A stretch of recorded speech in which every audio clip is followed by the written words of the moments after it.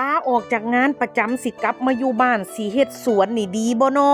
เฮ็ดสวนจังไดจังสิมีรายได้ตลอดทั้งปีมื้อนี้สาวอิมพามาเบิ่งไร่เกษตรผสมผสานค่ะพี่น้องเพื่อสิเป็นไอเดียดีๆสำหรับไผที่ตัดสินใจสิออกจากงานแล้วมาเฮ็ดสวนค่ะสวนนี่พืชหลักๆเป็นยางพาราค่ะบนพื้นที่ประมาณ20ไร่ค่ะระหว่างร่องยางพาราพี่เขาสิปลูกสละอินโดสายน้ำผึ้งค่ะข้อดีของสละอินโดสายน้ำผึ้งก็คือกำลังเป็นที่นิยมเนื้อหวานแน่นค่ะกรอบอร่อยเนื้อร่อนค่ะรสชาติไม่ติดเปรี้ยวติดฝาดค่ะเปลือกสีน้ำตาลเข้มพี่น้องราคาก็ค่อนข้างดีที่สำคัญกอบ่ใหญ่นิยมปลูกแซมในร่องยางค่ะระวังร่องนะคะพี่น้องบ่แม่นตะร่องยางพาราค่ะเพิ่นสีนิยมปลูกแซมเป็นพืชแซมในสวนในไร่ค่ะที่ว่างเล็กๆค่ะปลูกพืชไร่ที่เฮาอยากกินค่ะอยู่นี่ก็สิเป็นบักนัดค่ะพี่น้องหลากหลายสายพันธุ์ค่ะสาวอิมจื้อบ่ได้ลืมถามเจ้าของสวนค่ะว่าสายพันธุ์หยังแน่ค่ะมีทั้งลูกสีเขียวลูกสีแดงๆแบบนี้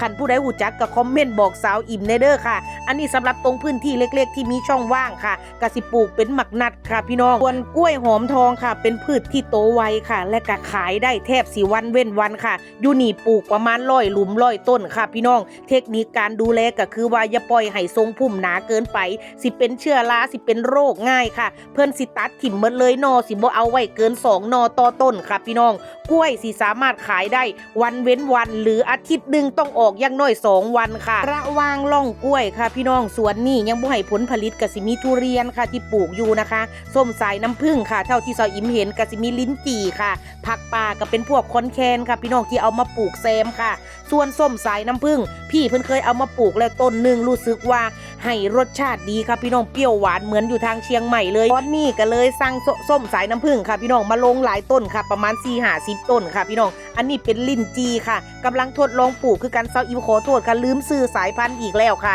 อันนี้เป็นโกโก้ค่ะเป็นต้นตัวอย่างค่ะเอามาทดลองปลูกเหมือนกันค่ะบางคนถามมาเป็นอย่างจังทดลองปลูกมันเสียเวลาการทดลองปลูกก็คือ1อย่างส้มสายน้ำผึ้งพี่เขาบอกว่าถ้าเขาปลูกเป็น100 ต้นปลูกเป็น10 ไร่ถ้าผลผลิตบ่ดีรสชาติบ่อร่อยเขาก็โค่นเบิด10 ไร่ค่ะพี่น้องแต่ถ้าเขาปลูกแค่ต้นเดียวอย่างละต้น2 ต้นแล้วให้ผลผลิตดีรสชาติอร่อยเหมือนกับอยู่เชียงใหม่เราก็ปลูกเพิ่มได้ค่ะพี่น้องคันมันกินแซ่บคือเดียวกับต้นฉบับอยู่ทางภาคเหนือเขาก็สามารถสั่งมาปลูกเพิ่มได้ค่ะนี่เป็นมะยงชิดพันธุ์ทูล9ค่ะกำลังให้ผลผลิตค่ะอันนี้เป็นมะปรางค่ะพันธุ์สุวรรณบาทค่ะพี่น้องสาวอิมได้แต่ท่วงอีกท่วงแล้วท่วงอีกค่ะมันหมักปางค่ะตัวนี้พี่น้องบ่เคยเห็นหมักปางหน่วยใหญ่ปานนี่ค่ะฟังเรื่องรายได้อีบอกค่ะพี่น้องรายได้ประจำเดือนก็สิมีมาจากยางพาราค่ะผลไม้ที่มีจำหน่ายตามฤดูกาลอย่างเช่นหน้าร้อนหน้านี่นะพี่น้องก็สิเป็นมะยงชิดค่ะมะปรางค่ะเข้าสู่หน้าฝนก็สิเป็นนั่นสละอินโดค่ะหน้าต่อไปค่ะ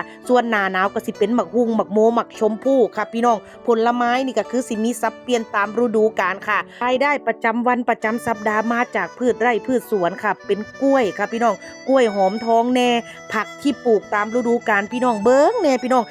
365 วันใน1 ปีบ่ได้หยุดขายจากมือค่ะพี่น้องมีแนวให้ขายตลอดทั้งปีผู้ใดคิดสิลาออกจากงานค่ะมาทำนาทำสวนทำไร่เบิ่งคลิปสาวอิมมาจนฮอดตอนนี้ก็น่าสิมีไอเดียดีๆในการไปจัดการสวนเจ้าของแล้วล่ะเนาะพี่น้องการลาออกจากงานพี่น้องมาทำนาทำสวนทำไร่ถ้าเฮาวางแผนบริหารจัดการดีๆมีพืชหมุนเวียนที่สามารถขายและกะสร้างรายได้ตลอดทั้งปีกะอยู่ได้สบายค่ะบางคนก็คือสิสะออนสาวอิมเนาะป้าสาวอิมเจ้าคือสิร่ำสิรวยเนาะขายหมากไม้ขายพืชผักตลอดทั้งปีอันนี้บ่แม่นสวนสาวอิมเด้อพี่น้องเด้อสาวอิมก็มาซื้อหมากนัดกับหมากมะยงชิดเพิ่นคือกันค่ะก็เลยขอเพิ่นทายเอามาฝากพี่น้องครับพี่น้องบ่แม่นสวนสาวอิมเด้อจ้า